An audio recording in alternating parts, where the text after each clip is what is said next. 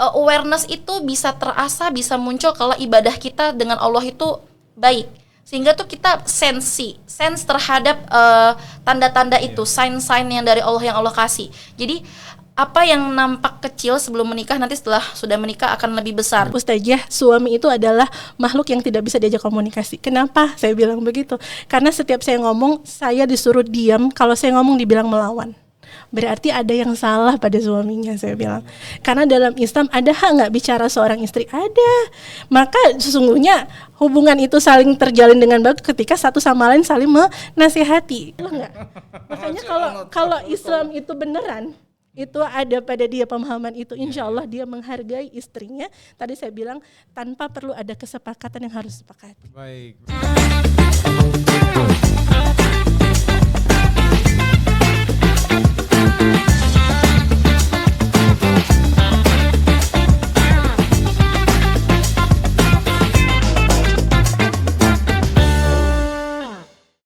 Assalamualaikum warahmatullahi wabarakatuh. Ahoy. Tepuk tangan ya. Ya, bertemu kembali dengan saya Zen di Naira Studio Podcasting pastinya. Dan hari ini kita kembali mengudara. Kalau bahasa radionya itu on air ini. Kalau live gini apa namanya? On fire ya. Ya. Sore hari ini kita bincang-bincang ringan tentang persoalan keluarga. Kalau kemarin kita sudah bahas tentang kesultanan, alhamdulillah dari Kesultanan Delhi sudah hadir di Naira Studio Podcasting, dan hari ini nggak kalah hebat juga pembahasannya, dan kita membahas persoalan-persoalan yang sering sekali mengetuk pintu rumah tangga para pasangan muda ya, betul, pasangan tua juga kayaknya pernah nih pasti diketuk pintunya dengan persoalan-persoalan seperti ini. Dan untuk membahasnya hari ini kita angkat tema, boleh ditampilkan operator tema kita pada hari ini? Mental load dalam pernikahan. Siapa sebenarnya yang lelah gitu ya? Ada yangnya gitu. Siapa yang sebenarnya lelah gitu ya, benar ya? Baik, dan untuk membahas ini kita sudah hadirkan dua narasumber kita yang luar biasa. Ada Kak Dila, assalamualaikum Kak Dila. Waalaikumsalam Bang Zen. Ya, dan ada Mbak Indri namanya. Iya benar ya? Indi ya? Rindi. Nah, salah nama lagi. Dan nanti bisa scroll, ada media sosial kita ada ya masing-masing ya. Nanti bisa setelah ini juga bisa konsultasi, kalau merasa kurang puas bisa langsung DM ke akun Instagram masing-masing. Tapi nanti di sesi terakhir acara kita kasih link untuk atau akunnya agar bisa kemudian sahabat podcaster tanya langsung, konsultasi langsung ke masing-masing narasumber kita ini yang memang sepertinya punya persepsi yang berbeda ya, nggak sama. Kalau sama nggak saya undang dua-duanya. Ya, harapannya ini juga membentuk satu persepsi ya, atau satu persepsi dan opsi bagi sahabat podcaster khususnya yang pernah mengalami problem-problem rumah tangga agar kemudian bisa menentukan sikap ya. Problem ini seringkali juga kita lihat dan menjadi konten akhirnya di media sosial, sering berseliweran kalau kita lihat itu. Di beberapa konten salah satunya ya ada yang menjadi korban ya kelelahan mengasuh anak, kemudian konten-konten suami yang mencuci nyanyinya salah dilempar sama botol aqua dan lain sebagainya. Ini problem-problem yang sering muncul ya, dan kita berharap diskusi kita kali ini mewakili dari sahabat podcaster di luar sana. Jadi kalau sahabat podcaster ada pertanyaan yang khusus dan spesifik, silakan saja langsung chat di halaman komentar kita. Kita hari ini live-nya di Facebook Naira Studio Podcasting, nanti juga record-nya akan kita posting di YouTube Naira Studio Podcasting, juga ada di TikTok, Instagram, dan Spotify harusnya. Baik, tanpa berpanjang kata, saya sudah kenalkan tadi Kak Adila sebagai psikolog ya. Apa nih spesialisnya kemarin? Psikolog klinis. Psikolog klinis. Nah, ini klinis ini maksudnya gimana, bersih-bersih atau gimana sih sebenarnya? Itu klinis ya. Klinis ya. Klinis itu kita ranahnya di kesehatan terkait di rumah sakit jiwa. Ranah pekerjaan kita ya rumah sakit umum, rumah sakit jiwa. Kalau rumah sakit umum itu ketika ada pasien-pasien dari penyakit dalam yang sudah mengeluhkan misalnya sakit nih jantungnya, ternyata diperiksa nih jantungnya nggak kenapa-kenapa, nah di refer nih ke psikolog yang ada di rumah sakit tersebut. Lalu juga di rehabilitasi narkoba, lalu juga di dinas sosial ya lansia kah, tunasusila kah, seperti itu. Kurang lebih kita ngomongin masalah gangguan mental, disordernya itu di klinis. Cocoknya ketemu sama Bang Alin yang biasa ketemu sama yang jalan-jalan itu ya. Oh iya benar. Oke, iya. di sebelahnya ini ada Mbak Rindi. Nah, beliau sebenarnya ini kalau kategorinya ustazah sebenarnya cover areanya ya, tapi Masya Allah tabarakallah gitu ya. Nanti bisa tanya-tanya lebih jauh tentang pembahasan kita hari ini. Nah, kita pengen tanya dulu ke Kak Dila ya, terkait dengan pembahasan kita ini masuk segmen lika-liku pernikahan. Nah, sebenarnya kan mental load ini kan umum ya pembahasannya, tapi kalau kita berbicara tentang mental load dalam perkara pernikahan, nah kira-kira cakupannya tuh kemana kira-kira? Oke, baik Bang Zain. Jadi mental load dalam pernikahan seringkali dikaitkan siapa sih yang sebenarnya lelah begitu, karena banyak pasangan yang merasa dia paling lelah nih dalam mengurus, karena orang berpikirnya aktivitas dalam pernikahan ini semuanya fisik, padahal ada yang tidak terlihat, itu dia mental load, di mana berpikir, memanajemen, mengurus, membayangkan, itu juga bagian yang ditanggung dan dikerjakan selama pernikahan. Ya contohnya nih ya, memikirkan kapan nih baru sekolah anak, kapan token listriknya harus diisi begitu kan, atau hal sepele kayak ini sabun udah mau habis gimana. Nah itu kan sesuatu yang harus ada manajemennya. Jadi mental load ini tidak terlihat tapi jelas nyata lelahnya. Nah ini seringkali kalau kita kaitkan dengan budaya di Indonesia memang akan lebih berat ini di istri, di perempuan. Karena apa? Karena perempuan di Indonesia dibesarkan dengan cara kamu sebagai perempuan harus bisa semuanya, harus ingat dan bisa mengatur semuanya. Sedangkan urusan rumah itu banyak ya. Jadi akhirnya para istri seringkali memikirkan, padahal aktivitasnya nggak banyak tapi lelahnya luar biasa. Karena itu tadi memikirkan dan memendam semuanya sendiri. Jadi kalau kita kaitkan dengan pernikahan itu tadi merasa siapa yang paling lelah. Baik. Dan inilah yang kita bahas. Baik. Oke, dari Mbak Rindi mungkin bisa berkomentar, pernah ngalami kondisi ini nggak kira-kira di awal-awal pernikahan? Alhamdulillah pernah. Pastilah pernikahan itu pasti adalah yang namanya masanya kritis dan masanya krisis dan masanya kita senang gitu ya. Nah awal menikah pastilah ada satu hal yang kaget lah, ada perubahan. Shock culture ya, shock culture ya. Karena ya apalagi memang biasanya dilayanin gitu ya, ada pembantu di rumah gitu ya. Gitu menikah gitu kaget gitu ya, harus melayani suami gitu. Ya saya sempat bahkan demam gitu. Saya demam, saya nggak pikirin bahwasanya ternyata menikah itu mengurusi semua sendiri gitu. Walaupun sudah memahami gitu ya namanya berumah tangga pasti ada aktivitas hak dan kewajiban seorang istri gitu ya. Tapi itu mungkin secara teori kali ya? Secara teori. Okay. Makanya banyak yang datang ke saya itu adik-adik yang baru nikah gitu, mereka pada nangis gitu. Curhat dong Ma gitu ya. Iya, ya. maksudnya gini loh, mereka mikirnya gini, ternyata nikah itu melelahkan gitu. Tambah lagi harus adaptasi dengan suami yang mungkin baru berapa bulan ini dikenal gitu ya. Ditambah lagi semua mengerjakan sendiri. Nah, bagi mereka nggak sanggup gitu. Ada yang nangis sampai 2 mingguan, sampai yang sebulan gitu ya. Saya bilang ya nggak harus ditangisi, ya dijalani gitu. Dan butuh ilmu. Makanya nikah itu butuh ilmu. Makanya tadi kalau dari Kak Putri ya, Kak Dila, oh salah, maaf, Kak Dila. Putri selalu. Dari Kak Dila kan memang butuh ilmu ya. Ya dalam Islam juga butuh ilmu. Makanya dengan ilmu itu ini relate banget. Baru kemarin malam baru ada yang nelpon ibu-ibu yang kayak gitu tadi. Dia kaget gitu. Dia ngerasa kayaknya selama nikah dia tuh hanya di rumah aja, nggak boleh keluar rumah, dibatasi dan segala. Padahal dia harus udah capek ngurus rumah tangga, ngurus anak. Dia bilang saya tuh butuh keluar rumah, saya butuh lihat orang gitu. Saya bilang gini, jadi ibu mau gimana gitu? Saya mau butuh itu, tinggal komunikasiin sama suami, saya bilang. Kan masalah di rumah tangga itu sebenarnya komunikasi ya. Makanya kadang pernikahan itu kan 70 sampai 80% itu adalah ngobrol. Nah, ini yang terhambat masalahnya. Kalau ngobrol udah terhambat, ya semuanya udah jadi salah paham. Semua jadi masalah gitu menurut saya. Emang kalau Mbak Rindi bilang tadi bahwa ditambah lagi baru mengenal suami hitungan bulan. Emang kalau seandainya sudah mengenal ya, suami bertahun-tahun, katakan dalam konteks orang sekarang itu pacaran, apakah beban ini nggak akan kemudian muncul? Pasti muncul, karena sistem hari ini buat pusing kepala. Kenapa? Karena nggak hanya faktor kita mau menyamakan frekuensi dengan suami, ada faktor yang lain. Makanya KDRT, ekonomi itu menyumbang. Bahkan sepanjang 2024 itu 400.000 lebih kasus perceraian. Dan itu yang menggugat dari Kemenak adalah perempuan. Baik, oke. Kebayangkan ya. Kalian emosinya ditahan karena semalam Bunda Kembang udah mukul-mukul meja. Oh, Jadi hari ini jangan. Hari ini nggak mukul meja. Nggak apa-apa. Itu bentuk apa namanya ekspresi ya. Baik. Emosi. Iya. Oke, kita tangkap dulu informasinya. Nah, kembali ke Kak Adila, bagaimana mental load ini bisa menyebabkan ketidakseimbangan emosional dalam hubungan suami istri? Mungkin bisa kasih gambaran sedikit. Iya, kalau sedikit gambarannya kenapa akhirnya bisa itu dampak ya. Salah satu nanti kita akan bahas banyak dampak dari mental load sendiri. Pertama, bisa emosinya itu meledak karena nggak stabil nih emosinya karena otaknya sudah penuh Bang Zin.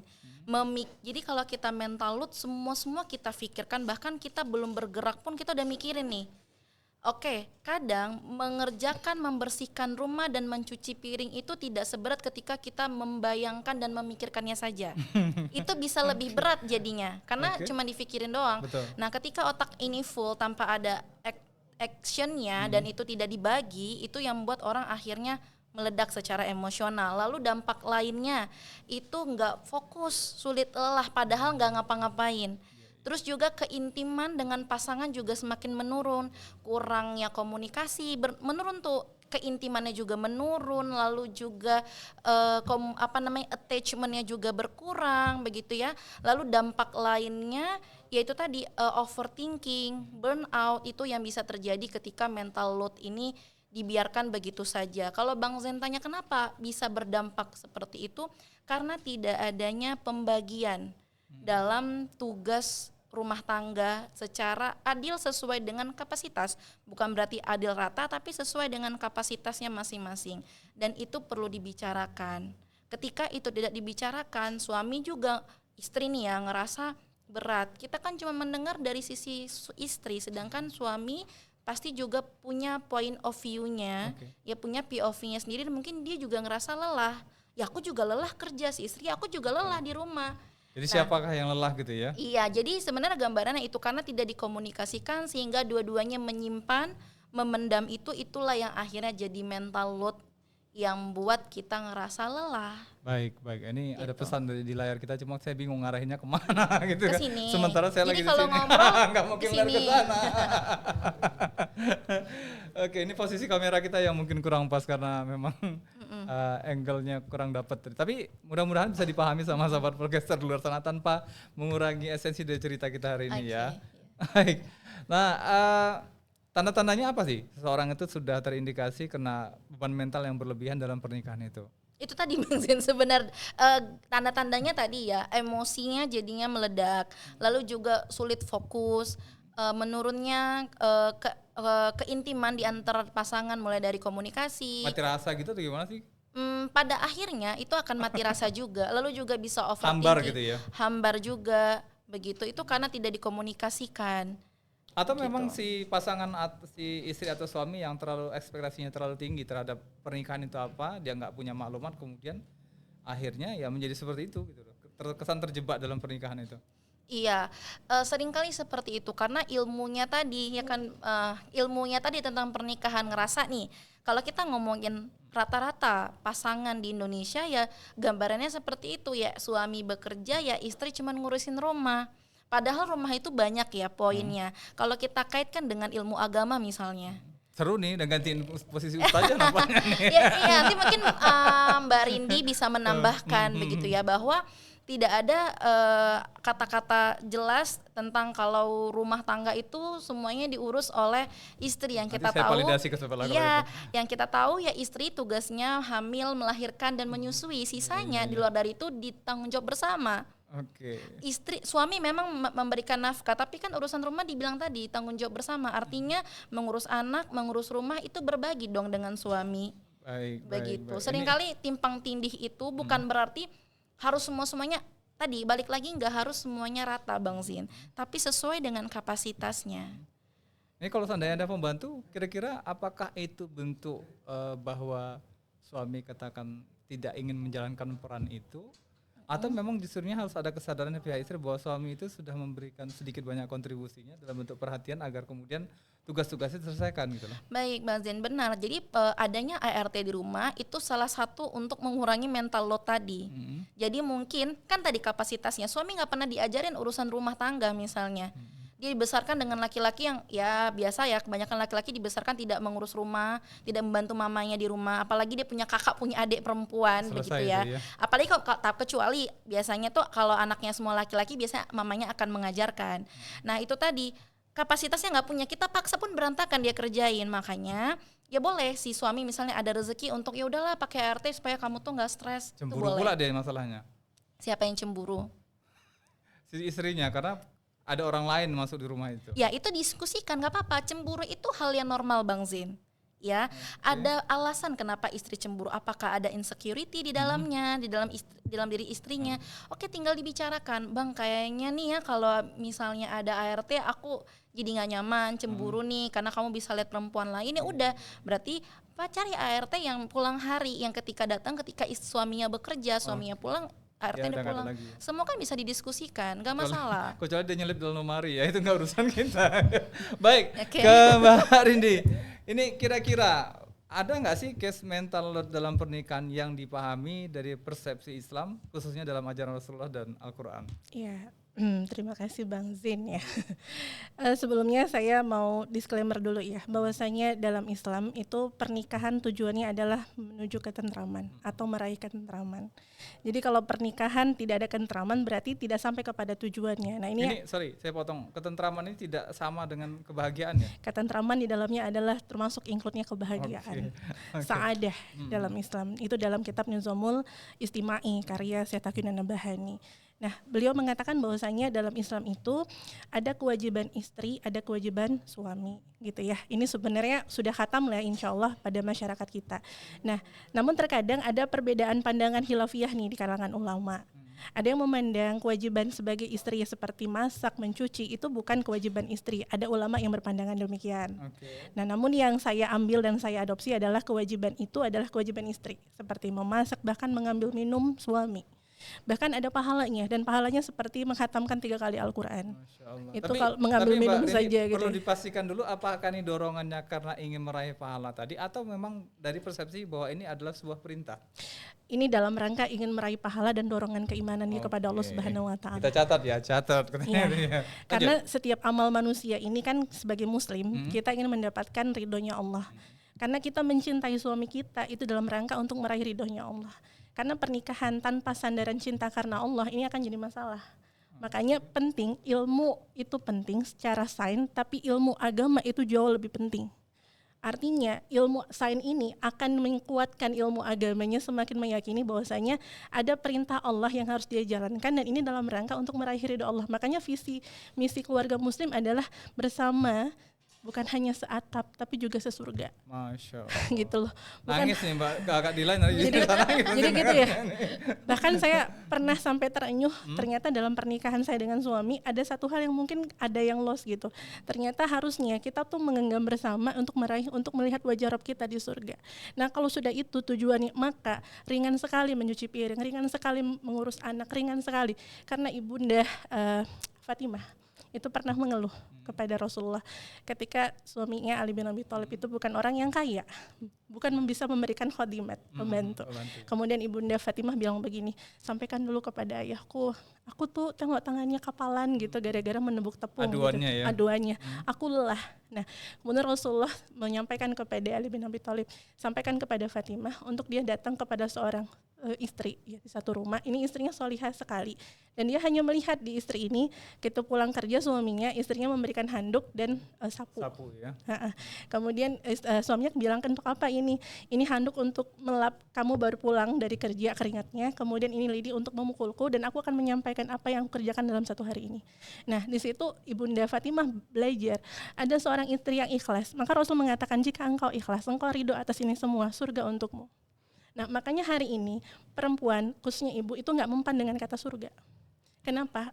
Karena keimanan mereka bisa jadi ini terganggu. Atau tergerus Banyak kali ya. faktornya. Masalah tadi, ekonomi, masalah lelahnya ngurus anak. Karena memang perempuan ini butuh validasi perasaan. Nah, sementara suami ini laki-laki kan dia lebih ke thinking gitu ya, berpikir.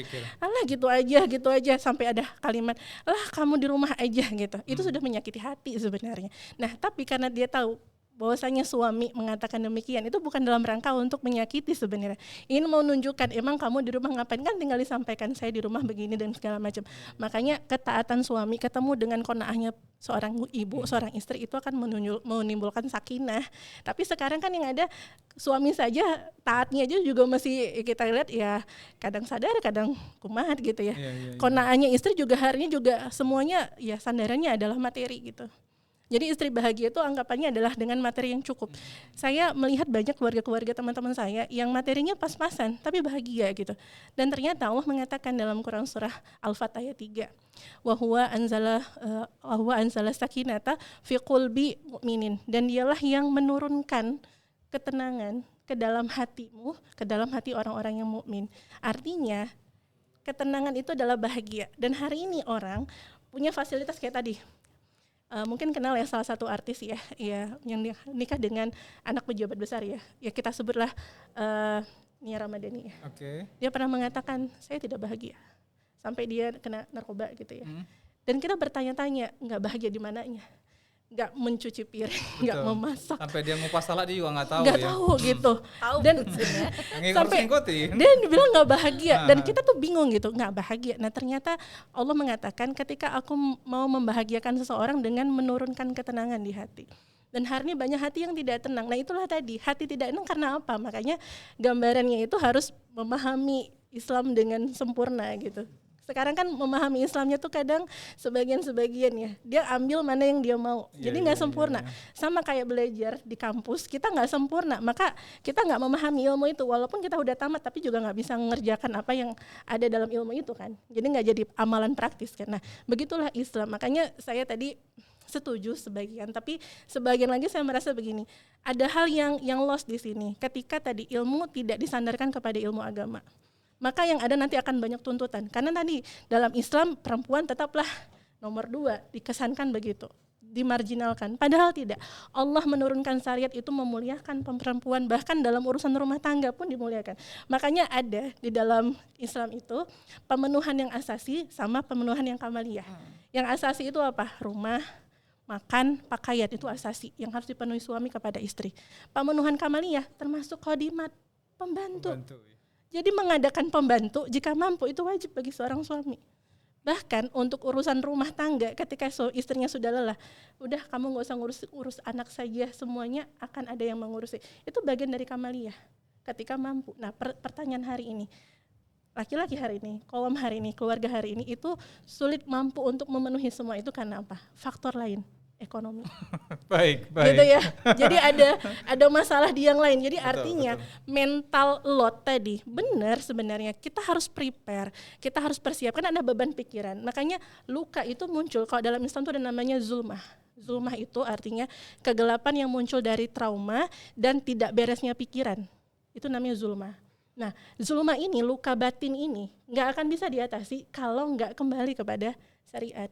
Makanya orang banyak yang nggak ridho dengan kondisi hari ini karena kurang tawakalnya. Atau bisa jadi dia belum tawakal. Karena akhirnya menganggap semua ini suami nggak ngerti istri. Kan gitu ya, tuntutannya besar akhirnya kan. Padahal dia belum memahami suami. Makanya saya bilang, pernah nggak ingat ibu, saya bilang gitu, setiap waktu mustajab itu doakan dan sebut nama suaminya. Iya, saya sering lupa. Ibu tahu nggak, dalam Islam doa itulah menautkan cinta. Makanya ada seorang ibu, walaupun anaknya sudah mengecewakannya, tapi dia nggak lupa menengadahkan tangannya untuk anaknya. Kenapa? Seolah doa ibu selalu sampai kepada dia, maka cinta itu tertaut, Bu. Tapi kalau kita udah kesel sama suami, jangankan kebaikannya yang banyak ya, semua pun dianggap salah. Dan dia akan ungkit yang 2 tahun yang lalu, dia ungkit 3 tahun, itulah perempuan. Baik. Saya bilang begitu. Oke. Benar nggak sih? Iya benar. Iya. Ada setuju. Baik. Oke. Jadi sulit ini untuk mengkondisikan pembicaraan kita karena memang bebannya agak gimana gitu. Ada pertanyaan kira-kira operator. Ini operator saya takutnya nyatat-nyatat lagi dia. Oh, belum ada pertanyaannya, masih aman ya. Baik. Kak Dila, kita mau tanya ke Kak Dalina. Kira-kira gimana cara mendeteksi dan mengkomunikasikan mental load yang dirasakan tanpa menyalahkan satu dengan yang lain? Ya, benar sekali. Memang kita tidak bisa saling menyalahkan, Bang Zin. Cara yang paling tepat pertama kita komunikasikan secara asertif ya. Asertif itu kalau ada apa-apa disampaikan. Misalnya udah kelelahan nih. Tadi ya nggak ada pembantu nih, nggak ada ART ya udah. Kan cuma berdua nih sama suami ya Mbak, karena kebanyakan secara umum sekarang mengurangi perselingkuhan ya. Memang pada akhirnya nggak mau buat ART. Di sisi lain kecuali ya memang ada dana, memang nggak terbiasa ya mau nggak mau pakai ART. Tapi kita secara umumnya kebanyakan tidak menggunakan ART, kebanyakan pada saat ini gitu kan. Ya sudah, pertama komunikasikan secara terbuka dengan suami. Misalnya kalau memang sudah ngerasa lelah, Bang, dalam seminggu ke depan anak kamulah yang urus ya. Kalau gitu, boleh jujur, contohnya. Kalau boleh jujur, ini nggak usah kasih contoh, Kak Dila aja langsung. Kira-kira gimana cara komunikasinya? Maksudnya jangan contohkan orang lain, Kak Dila aja nih yang berdasarkan pengalaman. Ketika ngalamin kondisi itu, atau memang nggak ngalami sama sekali? Masya Allah, tabarakallah kalau gitu ceritanya. Ya misalnya nih kebutuhan anak gitu kan semuanya. Udah deh mulai dari sekarang nih kamu aja deh yang mikirin, kayaknya memang nih kalau aku ikut campur ini bukan fitrahnya aku saya, gitu kalau kan. sudah statement begini saya teringat kemarin itu ada konten ibu-ibu dengan suaminya ketika ditanya belanja 10.000 atau 50.000 ya. 50.000 kemudian ditanya sama suaminya apa aja yang dibelanjain gitu. Akhirnya dibilang udah Bang, mulai hari ini kamu aja yang belanja, ini 50.000 kamu pegang, sekarang kamu yang belanja, saya yang masak, dia bilang begitu. Tapi ini konteksnya berbeda, bukan karena itu. ya memang pada itu solusi yang bagus sih suami yang suruh mikir. Kalau saya lebih karena fitrah gitu ya. Masya saya nggak mau Allah. lewatin fitrah. Misalnya gini, bukan berat dalam kondisi tertentu kadang kita seringkali perempuan di masa kini keluar dari fitrahnya. Dan ya perlu digaris bawah ini. Keluar dari fitrahnya ya. Keluar dari fitrah. Ketika bekerja itu kan bukan fitrah kita sebagai perempuan sebenarnya, tapi terkadang ada hal-hal lain yang buat kita mau tidak mau melakukan itu ya, banyak faktor di belakangnya. Ya mungkin setiap wanita punya alasannya. Termasuk saya misalnya seperti itu. Nah, terkadang saya ngerasa ketika perempuan melakukan sesuatu di luar dari fitrahnya, ada yang harus mereka pahami, mereka akan merasakan yang namanya lelah berlebih. Karena itu tidak fitrahnya. Ketika emang fitrahnya laki-laki sama nih, Bang Zen sama saya mengerjakan suatu hal yang sama, pekerjaan kita bilang. Saya mungkin akan lebih ngerasa lelah karena itu bukan fitrahnya saya pada dasarnya melakukan hal ini, misalnya bekerja. Walaupun porsinya sama kali ya. Iya, berbeda karena laki-laki memang sudah fitrahnya untuk bekerja, ibaratnya begitu ya Bang Zen. Jadi ketika momen saya merasakan saya harus memikirkan urusan anak gitu, misalnya keperluan anak beli pampers, susu, saya rasa ya udah biarkan laki-laki itu mengerjakan sesuai dengan fitrahnya agar pertama security-nya bertambah, ada rasa tanggung jawab. Ketika laki-laki diberikan tanggung jawab, dia merasa dihargai, di situ dia naik itu harga dirinya, ngerasa apa ya, ketika laki-laki diberikan tanggung jawab secara psikologis, dia akan merasa berdaya sebagai laki-laki, merasa berguna dicintai. gitu ya. Iya, tingkat cinta dia itu sama istrinya akan bertambah. Jadi bukan karena saya merasa cinta berkurang, bukan, mungkin lebih ke fitrah tadi. Enggak, contohnya hanya belanja tadi. Iya, jadi saya sampaikanlah ke suami saya untuk saya lepas tangan deh untuk urusan pampers, susu itu kamu yang kayaknya atur. nggak mungkin begitu redaksinya Kak Dila. Iya, saya bahasanya kayak gitu Serius? kemarin. Iya, saya lepas tangan karena saya akan memikirkan hal yang lain. Untuk susu sama pampers aja loh Bang Zen. Saya minta. Siap. Nah, itu yang pertama, dikomunikasikan secara terbuka. Kenapa saya bilang gitu? Karena kita tahu masing-masing kapasitasnya. Mungkin suami saya waktunya lebih fleksibel dibandingkan saya, sehingga ketika mungkin pampers habis, kalau menunggu saya itu bisa lebih lama mengadakan itu gitu kan. Jadi bagus suami yang langsung ketika sekalian lewat. Nah, itu yang pertama, komunikasikan. Lalu kita masuk kedua, kita terapkan prinsip ownership. Ini memang agak sulit bagi perempuan-perempuan yang pekerja pertama, terus mungkin perfeksionis, ya nggak laki-laki nggak perempuan ya. Karena seringkali ngerasa ini semua bisa beres kalau kita yang ngerjain. Kita nggak punya ngasih kepercayaan ini ke pasangan. Memang perempuan akan seperti itu ya? Kebanyakan perempuan seperti itu, karena laki-laki juga ada sih. kayak dia tuh nggak percaya sama kerjaan atau ke anggota, ke bawahan. Kita cenderung harus kita semua yang handle karena kalau saya justru nggak mau begitu. Ya good Bang Zian, berarti kan kita udah paham batasan. Nah saya berikan konsep ownership itu ke pasangan. Itu yang setelah kita misalnya contoh nih ya, ini contoh orang lain, laundry misalnya. Bang kan ngomong nih, kamu ya yang ngurus laundry. Nah, kasih prinsip ownership, artinya dari mulai beli deterjennya, kapan nganter jemputnya, atau kapan laundry ini, mungkin pengerjaannya tuh kita serahkan sama dia. Jangan cuma perkara ngangkatin pakaian, terus apa dek selanjutnya dek, kemana, jangan gitu, serahkan semua. Kalau kayak gitu namanya kita juga yang kerja ya Bang Zen. Jadi buat prinsip ownership, gitu juga suami ke istri. Atau kita yang ngobrolin, Bang urusan makan biar saya ya, apapun yang saya masak kamu ridho kan untuk makan misalnya gitu. Ya bebas. Misalnya tapi tetap harus tanya, enak nggak makanannya? Suka nggak? Karena kalau untuk di saya sendiri urusan makanan tuh tidak ada campur tangan suami sama sekali. Paling cuma nemenin doang, nemenin belanja maksudnya. Ya jadi dari urusan membeli, kan kadang ada laki-laki request ya. Nah karena kita menerapkan prinsip ownership, boleh sesekali dia request. Kadang saya yang bertanya. Sekali ya. Karena tipe suami saya juga tipenya nggak yang banyak request gitu masalahnya, ditakdirkannya sama Allah. Jadi kadang jadi dia jarang sekali untuk request. Jadi lebih saya yang nanya mau pengen makan apa atau mau nggak makan steak. Kalau misalnya di pagi masak kita kukusan atau sayuran, mau nggak kalau pagi sarapannya gitu, mau. Contohnya. 3 hari kemudian itu aja menunya ya. Nggak, ya saya bukan tipe yang kayak gitu-gitu juga sih, berganti-ganti lah variasi. Nah itu jadi pertama dikomunikasikan secara terbuka. Lalu kita terapkan prinsip ownership, lalu kita coba diskusikan tentang mental load ini. Arti kita tulis nih apa saja tanggung jawab kita dalam rumah tangga, lalu kita bagi sesuai dengan kapasitas tadi. Ya matang sekali ya konsep berpikir pasangan yang model begini ya. Tapi kayaknya langka lah model begini. Makanya ini karena tidak ada yang mensoundingkan. Jadi disinilah kita menyampaikannya biar awareness itu ada. Iya. Lalu setelah itu kita, kalau saya sama suami menerapkan ini secara psikologis juga ya, validasi Bang Zin. Setelah kita berbagi kita harus validasi. Artinya saya sering sekali tuh sama suami kayak saya pulang misalnya, Dila capek ya, iya Bang juga capek kan. Jadi kita sama-sama kayak iya kita memvalidasi, karena kita mau marah tapi abang juga pasti capek. Solusinya gitu. Paling tepuk sakinah aja. enggak Bang Zen, memang kita harus saling validasi Bang Zen, karena enggak boleh kita ngerasa kita yang paling lelah gitu. Tapi dalam kondisi sama-sama sadar ya, artinya tidak ada emosi-emosi yang enggak terkendali atau masalah-masalah yang dibawa-bawa mungkin ya. Pasti akan ada momen di situ ya, tapi kan bagaimana mengatasinya itu yang harus punya kuncinya, mau suami maupun istri. Misalnya nih, saya sudah tahu nih suami saya lagi nggak mood, saya tanya kenapa gitu kan. Nggak apa-apa gitu kan. Karena kenapa ini beda nih wajahnya nggak kayak biasa, saya makin bilang. Ditodong ya. Barulah dia cerita gitu. Karena kita lihat karakternya juga disesuaikan. Begitu juga dengan saya, misalnya kita perempuan ya, tumpukan hormonal nih, ada aja bikin bad mood misalnya. Sewaktu-waktu kan nggak selamanya kita bisa stabil. Ada masanya kita nggak stabil. Nah ketika nggak stabil inilah saya juga harus turunkan ego. Artinya ketika saya pun nggak stabil, saya memaksakan diri.